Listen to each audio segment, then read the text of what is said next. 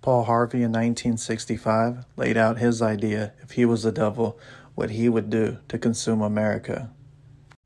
We'll be deep diving into this later, dissecting it, but for now, here it is in its full format.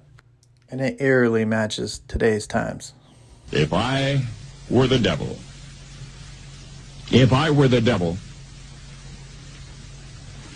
if I were the prince of darkness, I'd want to engulf the whole world in darkness, and I'd have a third of its real estate and 4/5 of its population, but I wouldn't be happy until I had seized the ripest apple on the tree, thee.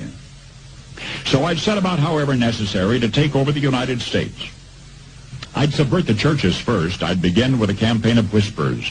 With the wisdom of a serpent, I would whisper to you as I whispered to Eve, do as you please. To the young, I would whisper that the Bible is a myth.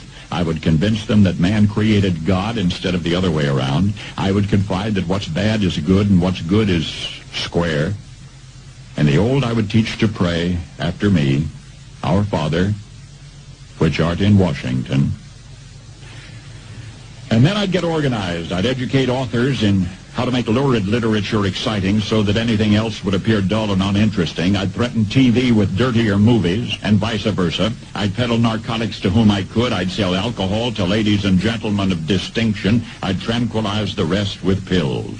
If I were the devil, I'd soon have families at war with themselves, churches at war with themselves, and nations at war with themselves, until each in its turn was consumed. And with promises of higher ratings, I'd have mesmerizing media fanning the flames. If I were the devil, I would encourage schools to refine young intellects, but neglect to discipline emotions. Just let those run wild.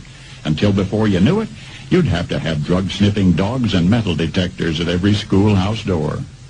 Within a decade, I'd have prisons overflowing. I'd have judges promoting pornography.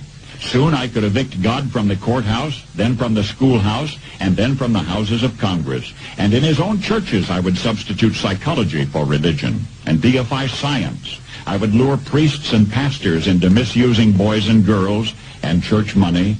If I were the devil, I'd make the symbol of Easter an egg and the symbol of Christmas a bottle.